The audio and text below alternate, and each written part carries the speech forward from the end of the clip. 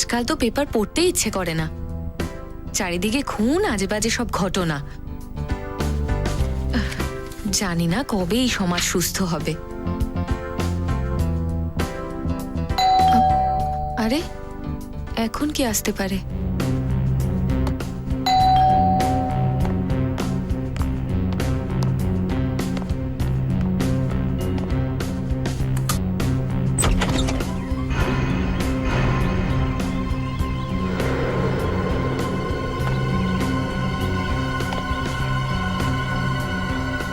কে আছে?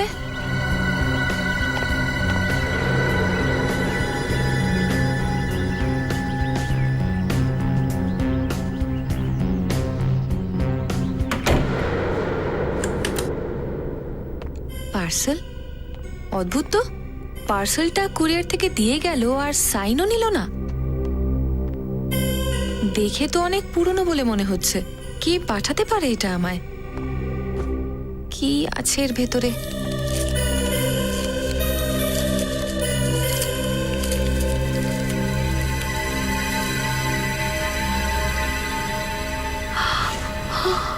এটা তো আঙুল দেখছি। কে পাঠাতে পারে এটা? জানি না এটা কার না কার আঙুল হবে। আমার তো এটা দেখেই ভয়ে হাত পা কাঁপছে। হতে পারে এই আঙ্গুলটা কোনো মহিলাদের হবে। মনে হচ্ছে পচেনি এটা। এর কারণ হলো কোনো কেমিক্যালে রাখা হয়েছে। এর ভেতরে কিছু কাগজ দেখছি। দেখো তো একটু।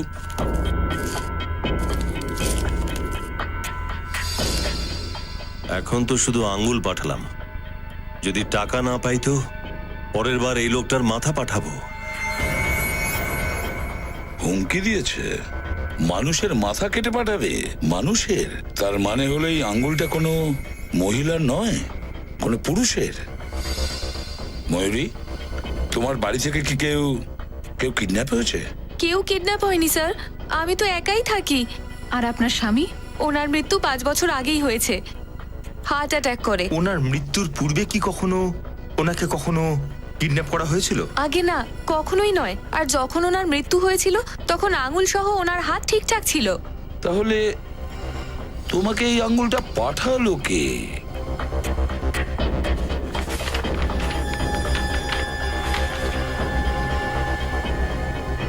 এটাতে এতটাই ধুলো ময়লা লেগেছে যে নামটা তো প্রায় মুছেই গেছে। কোরিয়ারের স্ট্যাম্প আছে, তারিখ হলো জানুয়ারি 2011। 2011? 2 বছর আগে? 2 বছর আগে কাটা হয়েছিল আঙুলটা, আর এতদিন বাদে খোঁজ পাওয়া গেল। কিন্তু 2011 জানুয়ারিতে তো আমি এই বাড়িটায় থাকতামই না। এই বাড়িটা আমি 14 ফেব্রুয়ারি 2011তে কিনেছিলাম। আচ্ছা, তোমার আগে এই বাড়িতে কে থাকতো? বাড়ির পুরনো মালিককে সেটা তো আমি বলতে পারবো না, কিন্তু যেই লোকটা এসেছিল সে সঞ্জয় নামের কোনো ব্রোকার ছিল। ওর মাধ্যমেই আমি এই বাড়িটা পেয়েছি। আচ্ছা, তাহলে এসব চক্কর সঞ্জয়ের নয় তো? হতে পারে। কোথায় পাওয়া যাবে এই সঞ্জয়কে? তুমি কি ওর ব্যাপারে কিছু জানো? হ্যাঁ স্যার, মীরানগরে। মীরানগর? ওখান থেকে ওকে তুলে নিয়ে আসতে হবে, মীরানগর থেকে। আর এই কোরিয়ার কোম্পানি, এর তো কানটা ধরতে হবে। কোন রকম চেক না করেই একটা কাটা আঙ্গুল পাঠায়? একজন মানুষের কাটা আঙ্গুল পাঠানো হয়েছে আপনার পার্সেলে। পার্সেলে মানুষের কাটা আঙুল? তাও আবার আসল আঙুল স্যার? হ্যাঁ, আসল আঙ্গুল।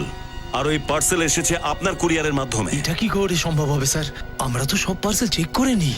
পার্সেলটা যদি আপনি চেক করে নিতেন তাহলে আপনার আঙ্গুলটা চোখে পড়তো না, আর সেটাও 2 বছরের পুরনো। 2 বছর আগে? হ্যাঁ, 13ই জানুয়ারি 2011 ডেট লেখা আছে ওই পার্সেলে। মানেটা হলো আঙুলটা 2 বছরের পুরনো ছিল? হ্যাঁ, আঙ্গুলটা 2 বছরের পুরনো, কিন্তু আজ এই ঠিকানায় পৌঁছেছে। স্যার এইসব যে কি হচ্ছে আমি তো কিছুই বুঝতে পারছি না স্যার। সবকিছু বুঝতে পেরে যাবেন। 2 বছর ধরে এই পার্সেলটাকে কোথায় লুকিয়ে রেখেছিলেন আপনারা? স্যার, পার্সেলে যিনি পাঠিয়েছেন তার কি নাম লেখা আছে? যিনি পাঠিয়েছিলেন তার নামটা মুছে গেছে বলেই আপনার কাছে এসেছি। আপনি রেকর্ড চেক করুন আর বলুন আসল ব্যাপারটা কি। স্যার, রেকর্ড চেক করবার আগে আমি একটা কথা আপনাকে বলে দিতে চাই যে আমরা শুধু 8 মাসের জন্য রেকর্ডটা রেখে দিই। মাত্র 8 মাসের রেকর্ড? হ্যাঁ স্যার। 8 মাসের হোক আর 10 মাসের, এসব বাদ দিন।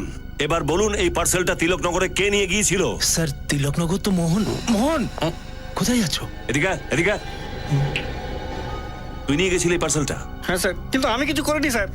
আমি সত্যি জানতাম না যে ওই পার্সেলটার মধ্যে কাটা আঙুল থাকবে। সত্যি যদি জানতাম তাহলে ওই পার্সেলটাকে ওই বাড়িটার বাইরে রাখতামই না। আর 2 বছর ধরে এই পার্সেলটা কোথায় লুকিয়ে রেখেছিলি এবার সেটা বলে ফেল আমাদের। আসলে আজ সকালে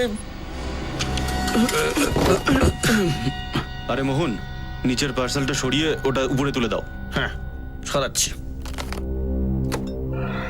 এই হলো পার্সেল। আরে এটা আবার কি? এটা কার পার্সেল? এটাতে তো ধুলো একেবারে ভরে রয়েছে। হ্যাঁ খুব ধুলো পড়েছে। জানি না কতদিন ধরে নিচে পড়ে রয়েছে। আমার মনে হয় এটার ব্যাপারে বসকে বলা উচিত। আরে না না, বসকে বললে আমরা সবাই ফেঁসে যাব। হতে পারে কারোর দরকারি জিনিস। পরে একটা কাজ করি, এটা পৌঁছে দিই। ঠিক আছে। কে কে দিতে এসেছিল এই পার্সেলটা এখানে? সব চুপ করে গেল, মুখে কুলু পেটে দিয়েছে সব। এটা সিসিটিভি ক্যামেরা। এই ক্যামেরা চালু আছে? হ্যাঁ স্যার। 2 বছর আগেও চালু ছিল? হ্যাঁ স্যার। 13 জানুয়ারি 2011 ফুটে চেক করতে হবে আমাদের। আর ভুলেও এটা বলবেন না যে ওই রেকর্ডের মতো এটাও মাত্র 8 মাসেরই পাওয়া যাবে। না না স্যার, ফুটেজ আছে। আসুন আমি আপনাদের দেখাচ্ছি। চোখ বন্ধ করে বাড়িটা নিয়ে নাও, বৌদি ভীষণ খুশি হবেন। আচ্ছা, এই বাড়ির মতন আরেকটা বাড়ি পাবে না। না না না না না, খুব সাবধানের কাছ থেকে বাড়ি কিনবেন, কারণ এনার বিক্রি বাড়িতে কোরিয়ারের লোক কাটা আঙ্গুল পাঠায়, তাই না? কাটা আঙুল? বসুন বসুন বসুন আপনি। আমি ঘর দেখাই, কাটা আঙ্গুল দেখাই না। 13/26 বসন্ত মার্গ, তিলকনগর। এই বাড়িটা আপনি বিক্রি করেছেন তো? আমি অনেক বাড়ি দেখিয়েছি, সেগুলো কি করে মনে রাখবো? ফেব্রুয়ারি 2011-তে ওই বাড়িটা আপনি কোনো ময়ূরীকে বিক্রি করেছেন। আপনি বাড়ি কিনবেন নাকি? আমি কি ওর সাথে কথা বলতে পারি? আপনি প্রথমে আমাদের সঙ্গে কথা বলুন, আমরা সিআইডি থেকে আসছি। সিআইডি? আগে হ্যাঁ সিআইডি। সিআইডি? আমি যাচ্ছি। আরে দাঁড়ান একটু। আপনি আমাদের কথা শুনুন। এটা বলুন যে ময়ূরীর আগে এই বাড়িটা কার নামে ছিল?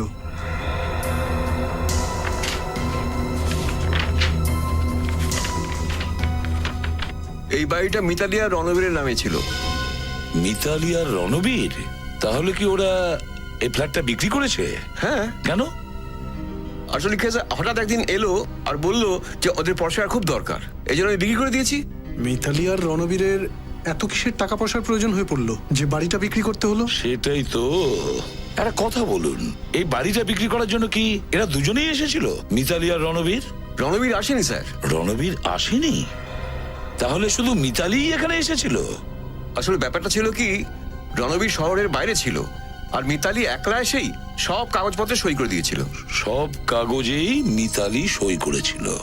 আচ্ছা এটা বলুন যে মিতালির মুখ থেকে অদ্ভুত কিছু শুনেছিলেন? কোনো কিছু? না স্যার। না মানে এই প্রশ্ন করছে, তার মানে হলো যে মিতালি যখন বাড়ি বিক্রি করতে এসেছিল খুব টেন্স মনে হচ্ছিল, হ্যাঁ স্যার, এত ভালো একটা বাড়ি বেচে দিতে হচ্ছে, সেই মানুষ তো একটু চিন্তিত আর দুঃখ পাবেই। হ্যাঁ সেটা তো হয়েই থাকে। এবার বলুন, আপনি কি এটা জানেন এখন মিতালি কোথায় আছে? হ্যাঁ স্যার জানি, কমল অ্যাপার্টমেন্ট। ওই বাড়িটা হয়তো আমি দিয়েছি। কমল apartments? Thank you Sanjay Babu. Kamal apartments. Sir, আমাদের কুরিয়ার কোম্পানিতে তালা পড়ে যাবে না তো স্যার? কাজটা তো তালা ঝোলানোর মতোই। আগে ফুটেজ দেখান। ইয়ে স্যার।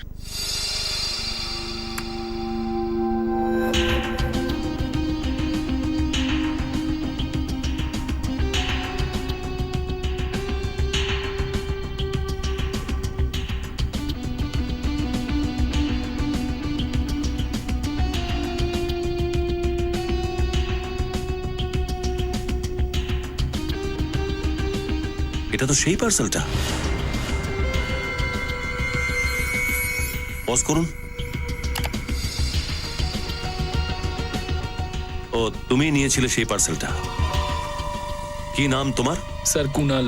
কেন পার্সেল নিয়েছিলে? আমি কিচ্ছু করিনি। এই ফুটেজে পরিষ্কার দেখা যাচ্ছে ওই মেয়েটির থেকে টাকাও নিয়েছিলে তুমি। আমাকে ক্ষমা করে দিন স্যার, টাকার দরকার ছিল স্যার। টাকার জন্য আমাদের কোম্পানি বিক্রি করে দিবি? এদিকে আয়। ফ্রেডি, ওকে নিয়ে এসো। চল। এই দেখ, এই মেয়েটি কে? স্যার আমি চিনি না। আগে কখনো দেখেছিস? না স্যার।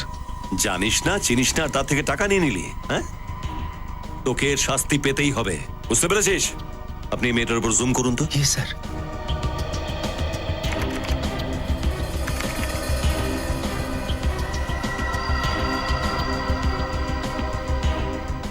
ও, রেডি? এই মেয়েটির নখ দেখেছো তুমি? আচ্ছা, আমি তোমায় একটা ইমেল পাঠাচ্ছি যাতে আমাদের সব ক্লায়েন্টের নাম আর নাম্বার আছে।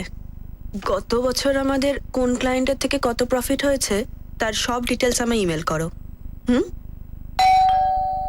আচ্ছা, গেটেতে কেউ দাঁড়িয়ে আছে, আমি তোমায় পরে কল করছি।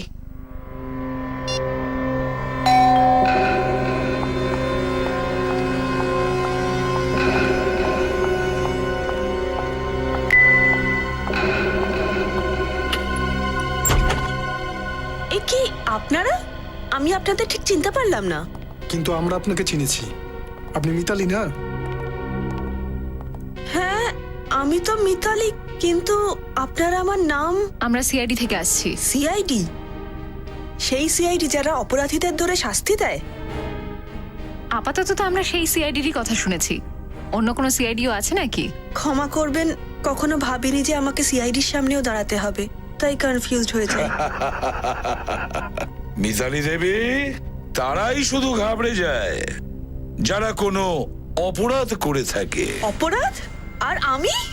আমি কি অপরাধ করলাম? আপনি যদি কোনো অপরাধ না করে থাকেন তাহলে আপনি কোনো কিছু লুকোচ্ছেন। আমি কি লুকোবো আপনাদেরকে? 2 বছর আগে আপনার স্বামী কিডন্যাপ হয়েছিল। আপনি এই কথাটা পুলিশকে জানাননি কেন? আমার হাজবেন্ড কিডন্যাপড হয়েছিল? এসব আপনারা কি বলছেন? ভগবান না করুক রণবীরের সাথে যেন এমন না হয়। কি হয়েছে মিতালি? কার সঙ্গে কথা বলছো? রণবীর, এনারা সিআইডি থেকে এসেছেন। সিআইডি? হ্যাঁ, আর এনারা বলছেন যে তুমি 2 বছর আগে কিডন্যাপড হয়েছিলে। 2 বছর আগে আমাকে কিডন্যাপ করা হয়েছিল আর আমি জানি না? স্যার, সকাল সকাল কি বোকা বানানোর জন্য আর কাউকে পাননি? এখানে কোনো মজা করতে আসিনি আমরা, বুঝেছেন আপনি? 13/26 বসন্ত মার্গ, তিলকনগর, ওই অ্যাড্রেসেই আপনারা তো ছিলেন 2 বছর আগে। স্যার, ওটা আমাদের পুরনো বাড়ি ছিল, তা তার সাথে কি সম্পর্ক? 2 বছর আগে আপনার ওই বাড়িতেই একটা পার্সেল পাঠানো হয়েছিল। আপনি জানেন ওই পার্সেলে কি ছিল? কি? একটা কাটা আঙ্গুলের টুকরো। কাটা আঙুল? হ্যাঁ, একটা কাটা আঙ্গুল, আর তার সঙ্গে একটা হুমকি দেওয়া চিঠি, যাতে লেখা ছিল যে এই কিডন্যাপারদের যদি তোমরা টাকা না দাও তোমাদের প্রাণ চলে যাবে। আমার সমস্ত আঙুল সব ঠিকঠাকই আছে স্যার। এই দেখুন স্যার, আপনাদের নিশ্চয়ই কোনো ভুল হচ্ছে স্যার। ওই পার্সেলটা অন্য কারোর হবে স্যার। রণবীর বাবু, যদি পার্সেলটা অন্য কারোর হয়ে থাকে তাহলে ওই বাড়িতে কেন পৌঁছলো? আপনাদের পুরনো বাড়ির অ্যাড্রেসে? ওতে আমাদের দুজনের মধ্যে কারো নাম আছে কি?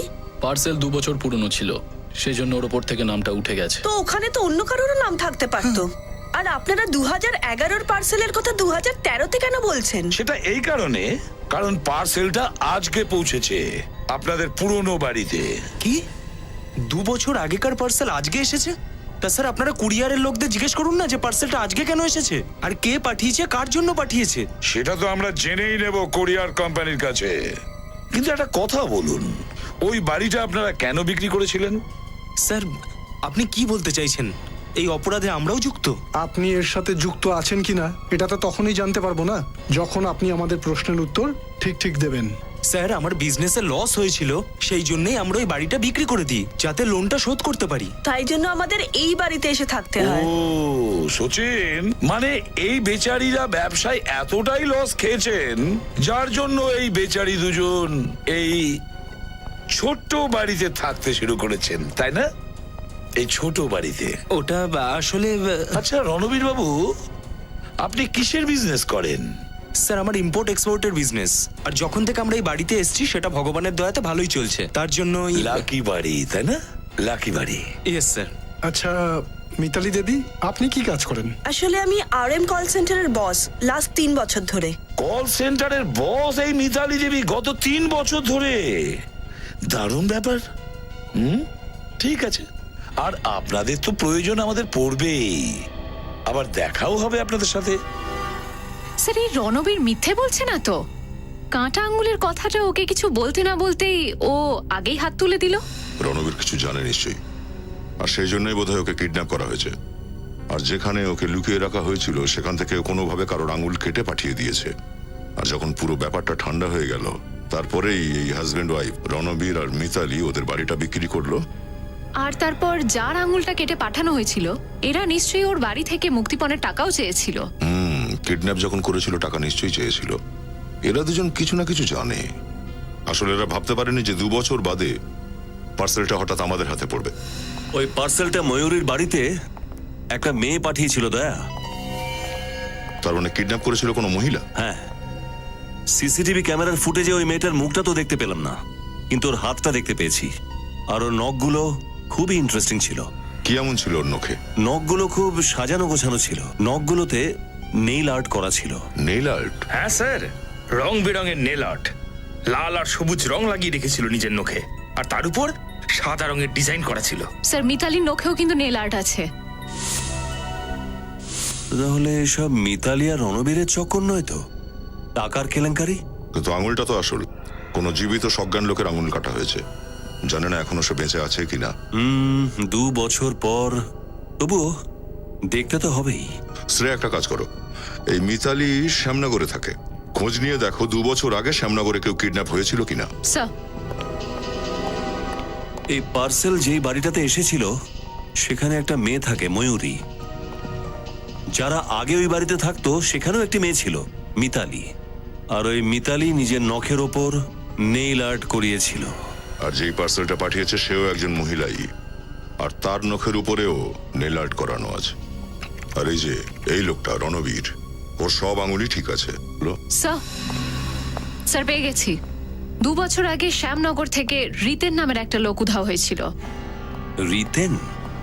আচ্ছা, তাহলে এটা সেই রিতেন নয় তো যার আঙুল কাটা হয়েছিল? এই রিতেনের বাড়ির লোকদের সাথে দেখা করা যাক।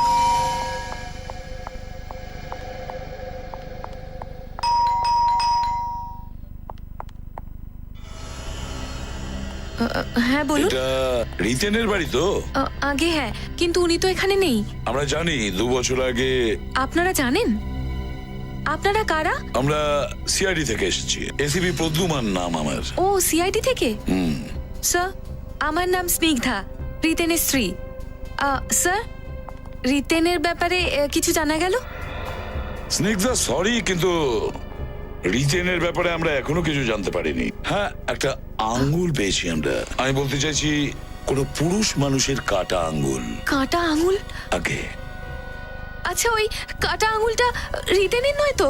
দেখুন স্নিগ্ধা দেবী, আমরা এখন এটা জানতে পারিনি যে ওই কাটা আঙুলটা আদৌ রিতেন বাবুর কিনা। কেউ ওই কাটা আঙ্গুলটা 13/26 বসন্ত মার্গ তিলকনগরে পাঠিয়েছিল।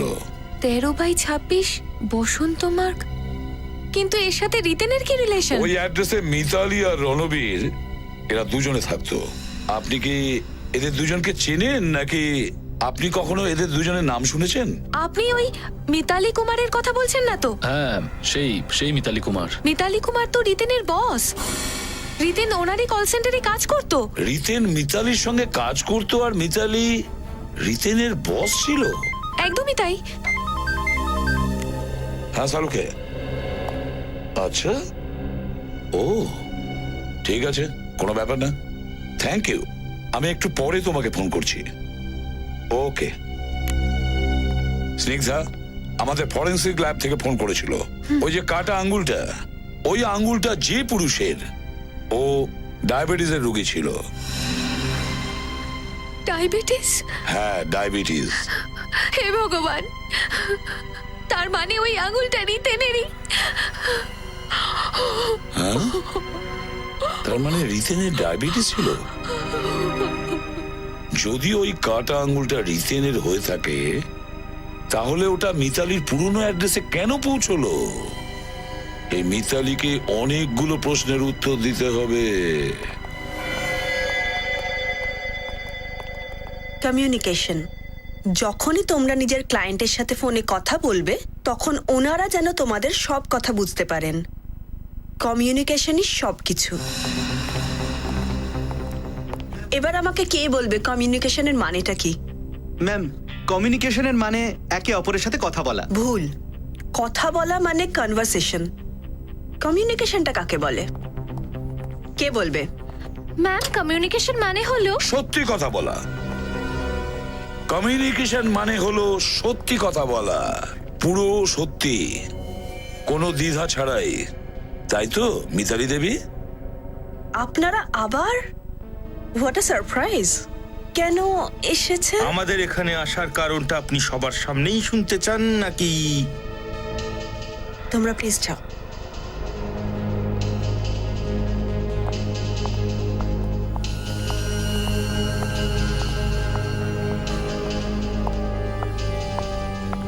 স্যার, জানতে পারলেন ওই আঙুলটা কার ছিল? হ্যাঁ, ওই আঙুলটা রিতেনের ছিল। রিতেনের। রিতেন? সে আবার কে? রিতেন? সে আবার কে? রিতেনকে আপনি চেনেন না? না তো। মুখটা তো তোমার মনে আছে। হ্যাঁ হ্যাঁ পেট্রিক, একটু দেখো তো।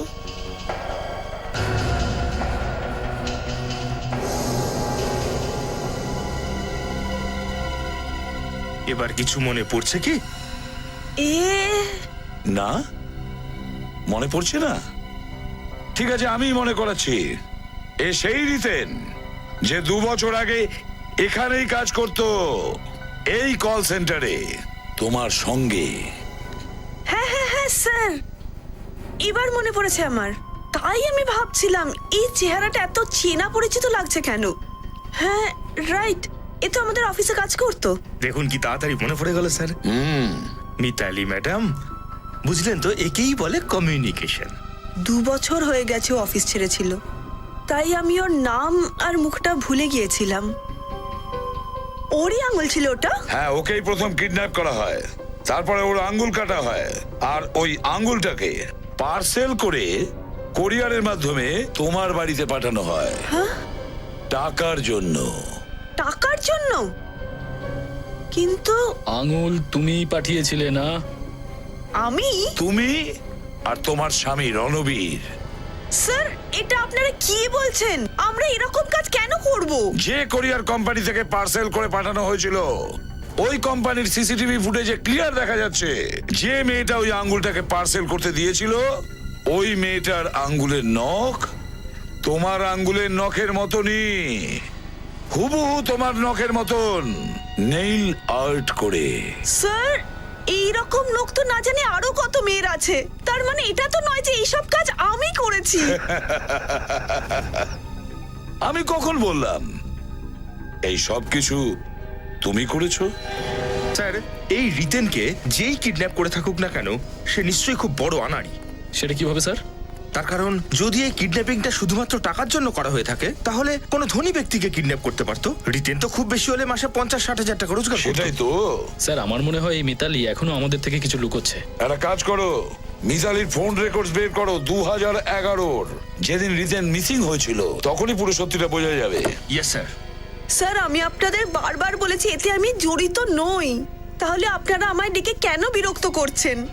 মিতালি দেবী, আগে যখন মানুষ মিথ্যে কথা বলতো তখন কখনো কখনো বেঁচেও যেত, কিন্তু এই ফোন রেকর্ডস গুলো একেবারে নাজেহাল করে দিচ্ছে। হ্যাঁ আগে হ্যাঁ, মিথ্যেবাদীদের নাজেহাল করছে।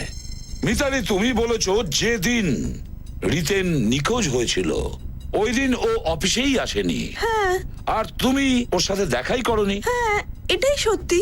মিথ্যে। যেদিন রিতেন নিখোঁজ হয়েছিল সেদিন তুমি ওর সাথে ফোনে 8 বার কথা বলেছিলে। 8 বার, ঠিক কিনা? না না, এই ফোন রেকর্ডস মিথ্যে কথা বলছে। এর মধ্যে তোমার নাম্বার লেখা আছে। না, এই রেকর্ডস মিথ্যে। 8 বার ফোন করার পরে রিতেন তোমার বাড়িতে আসে। কে? না, হ্যাঁ, এসেছিল বাড়িতে, আর তারপরেই চিরকালের মতো উধাও হয়ে গেছে। এগুলো মিথ্যে। কোথায় পুঁতেছো ওর লাশটা? আমি জানি না রিতেন কোথায়। স্যার এমনিতে মানবে না। 5 মিনিট এই মহিলার সঙ্গে আমায় একা থাকতে দিন, পুরো কেসটা এক্ষুনি সলভ হয়ে যাবে।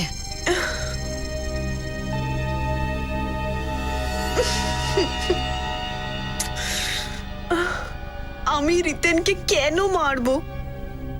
আমি তোকে ভালোবাসতাম স্যার।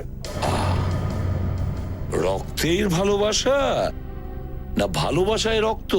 না স্যার, আমি আর রিতেন একে অপরকে কলেজের সময় থেকেই ভালোবাসতাম। কিন্তু আমার বাড়ির লোকেরা আমার বিয়ে রণবীরের সাথে দিয়ে দেয়। আর রিতেন? ও স্নিগ্ধাকে বিয়ে করে নেয়। তারপর তারপর একদিন হঠাৎ রিতেন আমার কোম্পানিতেই চাকরি করতে আসে। আচ্ছা, পুরনো প্রেম আবার জেগে উঠেছিল। আর আমরা দুজন ভাবলাম যে আমরা দুজন দূরে কোথাও চলে যাব। কি দারুণ ব্যাপার, অনেকদিন বাদে দেখা পুরনো প্রেম জেগে উঠলো। হ্যাঁ, নতুন স্বপ্ন। আর এত তাড়াতাড়ি পালাবার কথাও ভাবলে? হ্যাঁ, একেই বলে অমর প্রেম। তারপরে কি হলো? রিতেন কি একাই পালিয়ে গেল? জানি না কি হলো স্যার। আমি বিকেল অবধি ওর জন্য ট্যাক্সি স্ট্যান্ডে ওয়েট করি, কিন্তু ও আসেনি। আর তারপর ফোনও অফ করে দেয়। আচ্ছা মিতালি, রিতেন যখন তোমার বাড়ি থেকে গেছে তখন ও কোথায় যাওয়ার জন্য বেরিয়েছিল? নিজের ব্যাংক যাওয়ার জন্য, সব টাকা বের করতে। বেশ ভালো গল্প এটা। মনে মনে বানাচ্ছ নাকি কাহিনীটা? আগে না স্যার, এটা কোনো কাহিনী নয়। রিতেন আমায় নিজে বলেছিল ও নিজের ব্যাংক অ্যাকাউন্টের সব টাকা তুলে নিয়ে আমাকে সব দেবে, আর আমিও আমার অ্যাকাউন্ট থেকে 25 লাখ টাকা তুলে ওকে দেব। আর আপনারা চাইলে আমার ব্যাংক অ্যাকাউন্টের সব ডিটেলস জানতে পারেন। 25 লাখ রিতেনকে দিয়েছিলে? হ্যাঁ স্যার। রিতেনও গেল আর টাকাও? স্যার, টাকা যাওয়ার অতটাও দুঃখ নয় যতটা রিতেনের নিখোঁজ হওয়ার দুঃখ। কোন ব্যাংকে গিয়েছিল রিতেন টাকা তোলার জন্য? ডিকেএল ব্যাংক। ডিকেএল ব্যাংক। ডিকেএল ব্যাংক।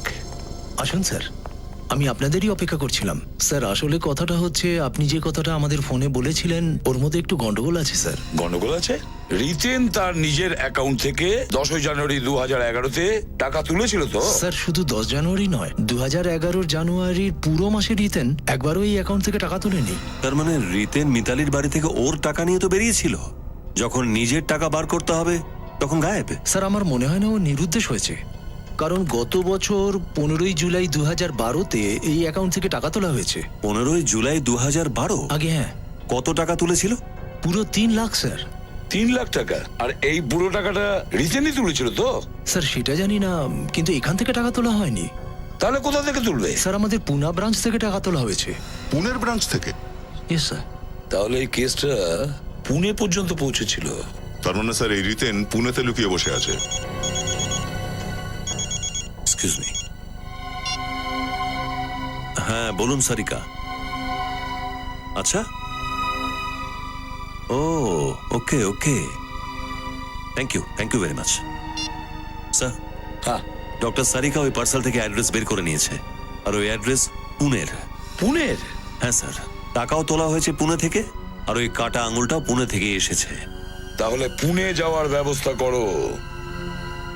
পুনে।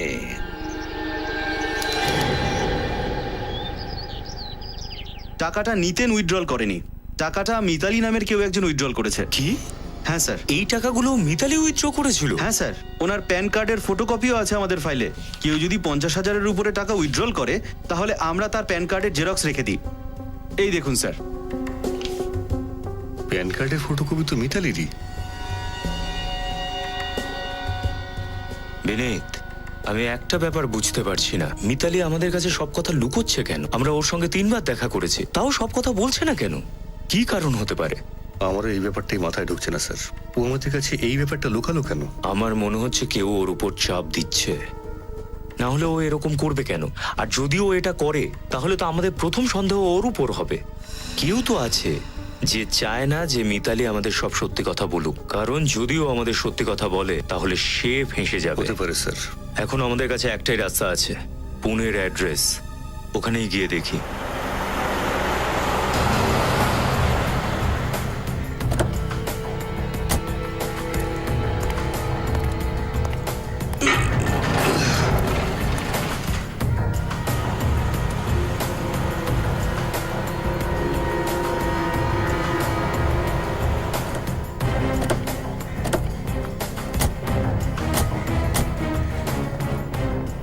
বাড়ির বাইরের অবস্থা দেখছি খুবই খারাপ স্যার। দেখে মনে হচ্ছে অনেকদিন ধরে এখানে কেউ থাকে না। স্যার, এই কিডন্যাপের লোকটা খামের মধ্যে এই অ্যাড্রেসটা এই জন্য দেয়নি তো, কারণ ও আগে থাকতেই জানতো যে এই জায়গাটা খালি পড়ে আছে। বিনীত, পার্সেলটা 2 বছর আগে পাঠানো হয়েছিল। হতে পারে 2 বছর আগে এখানে কেউ থাকতো, তাই না? গাড়িও কবে থেকে পড়ে থেকে জং লেগে গেছে।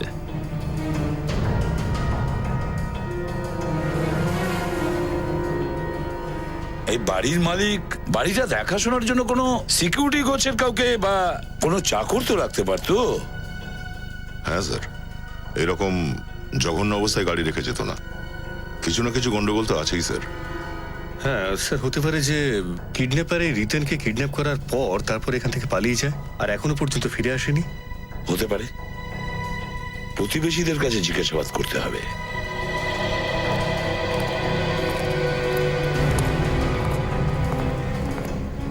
অদ্ভুত পাড়া স্যার, মনে হচ্ছে সারা পৃথিবীর ভবঘরেরা এখানেই থাকে, কোনো বাড়িতেই কেউ নেই।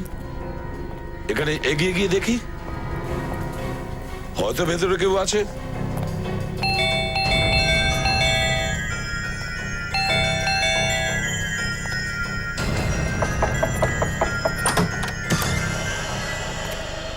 মনে হচ্ছে ভগবান আমাদের প্রার্থনা শুনেছে স্যার। আপনারা ইন্স্যুরেন্স কোম্পানি থেকে এসেছেন নাকি? থাকে না, সিআইডি মুম্বাই। সিআইডি? কি ব্যাপার স্যার? এই সামনের বাড়িটাতে কিছু জিজ্ঞাসাবাদ করতাম। ওই বাড়িটা আসলে কার? ওখানে তো বয়স্ক দুজন থাকতেন, স্বামী স্ত্রী। কোথায় গেছেন ওরা দুজন? বাড়ি ছেড়ে চলে গেছে নাকি? জানি না তো স্যার, কিন্তু হঠাৎ একদিন উধাও হয়ে যান। হঠাৎ উধাও হয়ে যায় মানে? মানে ওনারা কোথাও চলে গেছেন। ওই দিনের পর থেকে ওনাদেরকে কেউ দেখেননি। আমার তো এরকম মনে হচ্ছে যে ওনাদের সাথে খারাপ কিছু হয়েছে। আচ্ছা, ওনাদের কোনো ছেলে মেয়ে বা আত্মীয়রা পুলিশে রিপোর্ট করেনি ওরা উধাও হয়ে গেছে বলে? ওনারা দুজন একাই থাকতেন, আর ওনাদের কোনো আত্মীয় বা সন্তান ছিল না। এর জন্য ওনাদের বাড়িটা আর গাড়িটা ওই দুটো এমনিই পড়ে রয়েছে। এটাই তো আশ্চর্য ব্যাপার। আপনার মতন প্রতিবেশীদের তো দেখা উচিত ছিল। যদি আপনার প্রতিবেশী কোনো বয়স্ক দম্পতি হয় তাহলে ওনাদের সাথে কি হয়েছিল, কোথায় গিয়েছিল জিজ্ঞাসাবাদ করা উচিত, ওনাদের খেয়ালও রাখা উচিত। ঠিক আছে, আচ্ছা এটা বলুন কতদিন হয়ে গেছে ওনারা নেই? তাও ধরুন 2 বছর। 2 বছর মানে জানুয়ারি 2011। আপনারা কি করে জানলেন? তুমি রিতেনকে চিনতে? রিতেন? কে রিতেন?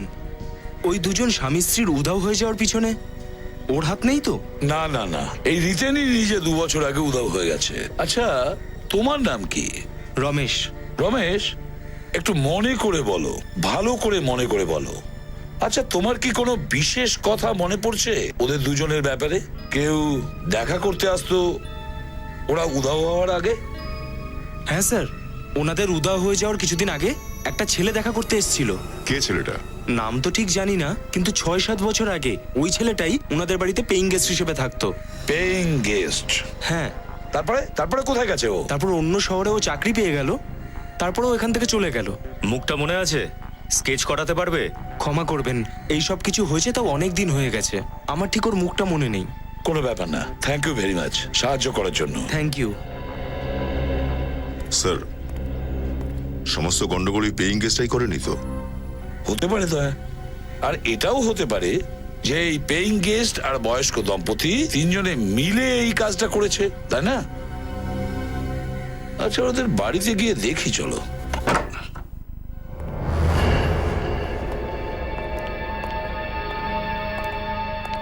স্যার কারেন্ট তো নেই দেখছি। কারেন্টের বিল ভরবে না, কানেকশন তো কাটা যাবেই। বাড়ির সমস্ত আসবাবপত্র ছড়ানো ছিটানো, এখানে নিশ্চয়ই কোনো কিছু হয়েছে দয়া। মনে হচ্ছে এখানে কোনো হাতাহাতিও হয়েছে। স্যার এমন নয় তো যে স্বামী স্ত্রী আর ভাড়াটে মিলে রিতেনকে কিডন্যাপ করে এখানেই রেখে দিয়েছিল? হতে পারে। একটা কাজ করো, ঘরটার প্রতিটা কোণা ভালো করে দেখো, দেখো কিছু পাওয়া যায় কিনা। বজত, ভাড়া দেওয়ার এগ্রিমেন্ট পেপারটা পাও কিনা দেখো।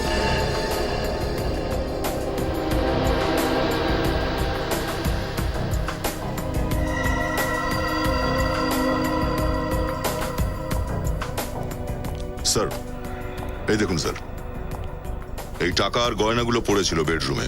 টাকা আর গয়না রেখে দিয়ে গেছে? দয়া, ওদের যদি পালানোরই থাকে তাহলে টাকা আর গয়না এখানে কেন রেখে গেল? দয়া, আমার তো মনে হয় কোনো না কোনো নিশ্চয়ই কোনো চক্রান্ত আছে। স্যার। হ্যাঁ, পেয়েছো এগ্রিমেন্ট? না স্যার, আমি সব জায়গাটাই চেক করেছি, কিন্তু এগ্রিমেন্ট পেপার কোথাও পাইনি। রজত, একটা কাজ করো, ওই ব্রোকারটাকে খোঁজো, খোঁজ নাও কে ছিল সেই ব্রোকার যে এই ঘরটা ভাড়া দিয়েছিল। হ্যাঁ, আর দয়া, কেন জানি না আমার বারে বারে মনে হচ্ছে পেছনের অংশটায় যেখানে গার্ডেনের মতো জায়গা আছে না, ওখানে কোনো না কোনো রহস্য লুকিয়ে আছে। চলো গিয়ে আমরা দেখি দয়া। হ্যালো, আমি সিনিয়র ইন্সপেক্টর রজত বলছি সিআইডি থেকে। পুনের গিরিধারীলাল এলাকার সব রিয়েল এস্টেট এজেন্টদের নাম্বার চাই আমার। হ্যাঁ, SMS করে দিন। Thank you.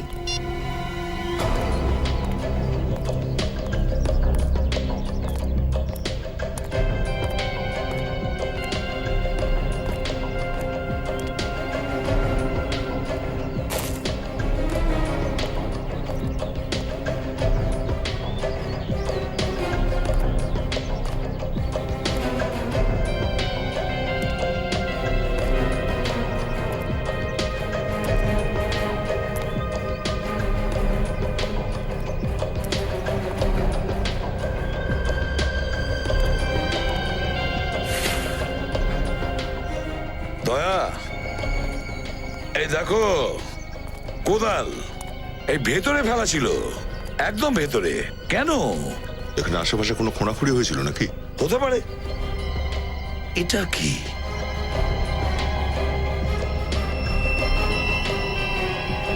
এটা তো সাদা চুল কারোর কোনো মহিলার মনে হচ্ছে, কোনো ওই বয়স্ক মহিলার নয় তো? হতে পারে স্যার। দেখো তো একটু ভালো করে, হয়তো কোনো খোঁড়াখুড়ির কাজ হয়েছে এখানে। দেখো ভালো করে।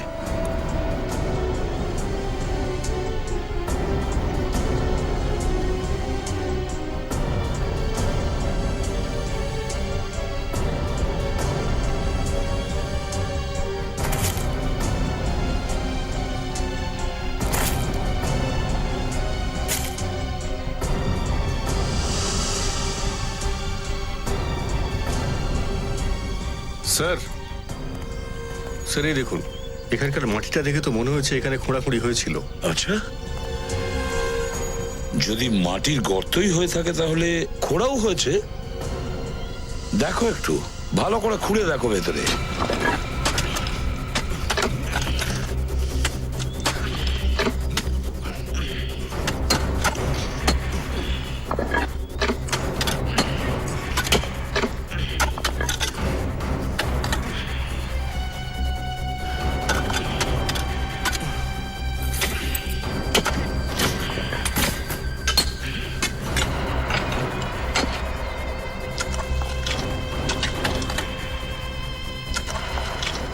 সাবধানে, কেমন?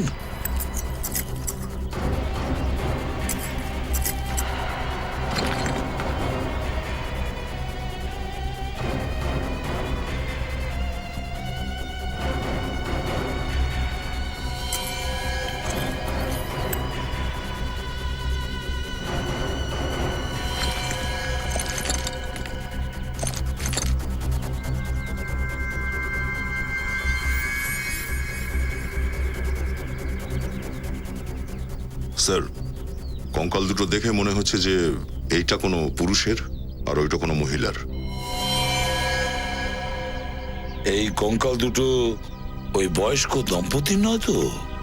আর দয়া, যদি আমরা এটা মেনেও নিই যে এই দুটো কঙ্কাল ওই দুজনের, তাহলে এদের দুজনকে কে মেরেছে আর রিতেনকে কে কিডন্যাপ করলো?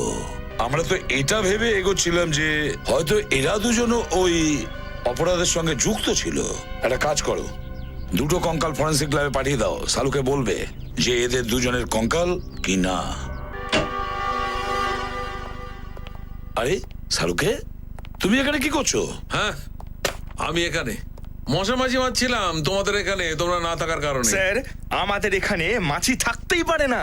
এই মশা মাছিরাও জমের মতো ভয় খায় এই সিআইডি বিরোতে ঢুকতে। বুঝেছো না? এবার বলো। বস, ওই যে দুটো কঙ্কাল তোমরা পেয়েছিলে, পোঁতা ছিল, সেই দুটো সিনিয়র সিটিজেনের, 70-80 বছর বয়স হবে দুজনের। দুজনেরই উইন্ড পাইপ ভাঙা? হ্যাঁ, দুজনকেই গলা টিপে মারা হয়েছে। দুজন বয়স্ক মানুষের এইভাবে মৃত্যু, এ কি ঘটছে আমাদের দেশে? স্যার, ওই বয়স্ক ভদ্রলোক ভদ্রমহিলার বাড়িতে যে লোকটা ভাড়ায় থাকতো, ওর ব্যাপারে জানতে পারা গেছে। আচ্ছা, কে ছিলেন তিনি? স্যার, এটা ভাড়ার এগ্রিমেন্ট।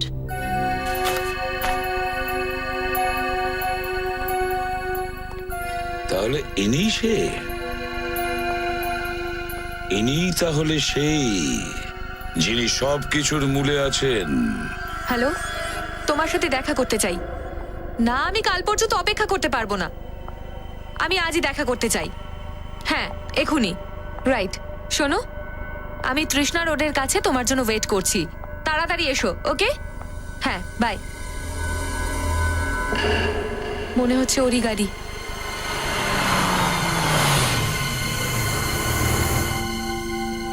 এত রাতে আমাকে এখানে কেন ডেকেছো? আমার কাছে কোনো অপশন ছিল না। তুমি খুব ভালো করেই জানো যদি সিআইডির লোকেরা আমাদের একসাথে দেখে তাহলে খুব বড় প্রবলেমে পড়ে যাব। আমি জানি, কিন্তু ওই প্রবলেমে তো এসে গেছেন রিতেন বাবু। আমি তো আপনাকে অনেক আগে থেকেই দেখেছি। এত বড় বিশ্বাসঘাতকতা! তুমি যখন ফেসে গেছিলে তখন আমাকে কেন ডাকলে? তুমি একাই যেতে পারতে ছেলে। আমায় বিশ্বাস করো, আমি ওনাদের এখানে ডাকিনি।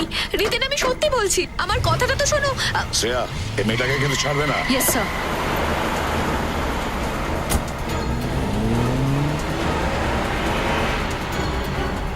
অভিজিৎ, যত স্পিড নিতে পারো তাড়াতাড়ি চলো।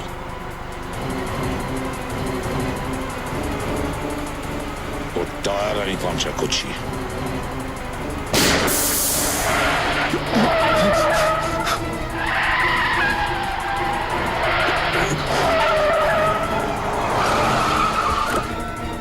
আরে দাঁড়া! কোথায় পালাচ্ছ? এখানেই থাকতে হবে। সিআইডির হাত থেকে পালাচ্ছ? পালাবার মেডেলটা তো নিয়ে যাও। আমি এসব করেছি শুধুমাত্র মিতালির সম্পত্তির জন্য। টাকা পাওয়ার জন্য তুমি খুন করেছো, তারপরে কিডন্যাপিং এর নাটক করেছো। আর স্নিগ্ধা, তুমি এদের সব কাজে সহযোগিতা করেছো, তাই না? আমি রিতেনকে বলেছিলাম মিতালির ভালোবাসার সুযোগ নিয়ে ওর সম্পত্তি হাতিয়ে নাও, কিন্তু আমি কি করে বুঝবো ওই কুরিয়ার কোম্পানির লোকগুলো আমাদের সব মিথ্যে ফাঁস করে দেবে। মিতালিকে ফাঁসাবার কোনো রাস্তাই ছাড়োনি তোমরা। কুরিয়ার কোম্পানিতে গিয়েছিলে, মিতালির মতো নখ বানিয়েছিলে, নেইল আর্ট। বেচারি মিতালি, ফাঁসিয়ে দিলে তোমরা ওকে।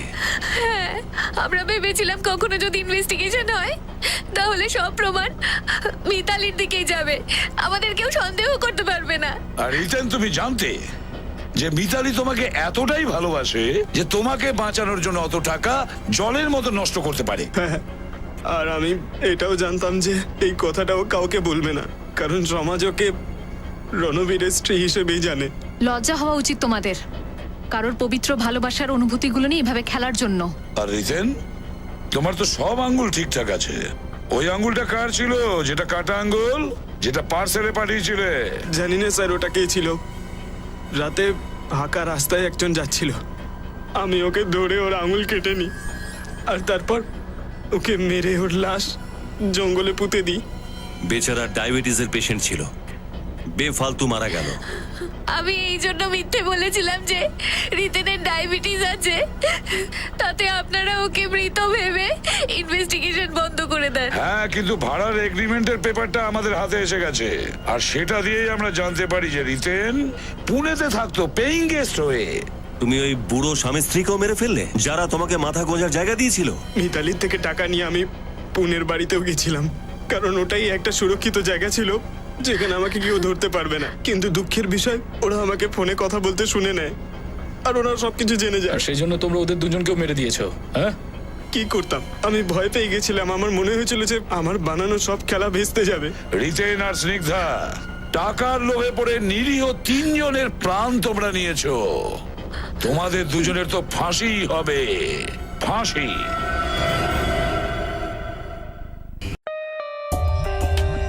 For more updates, subscribe to our channel, click the show links and enjoy watching the videos.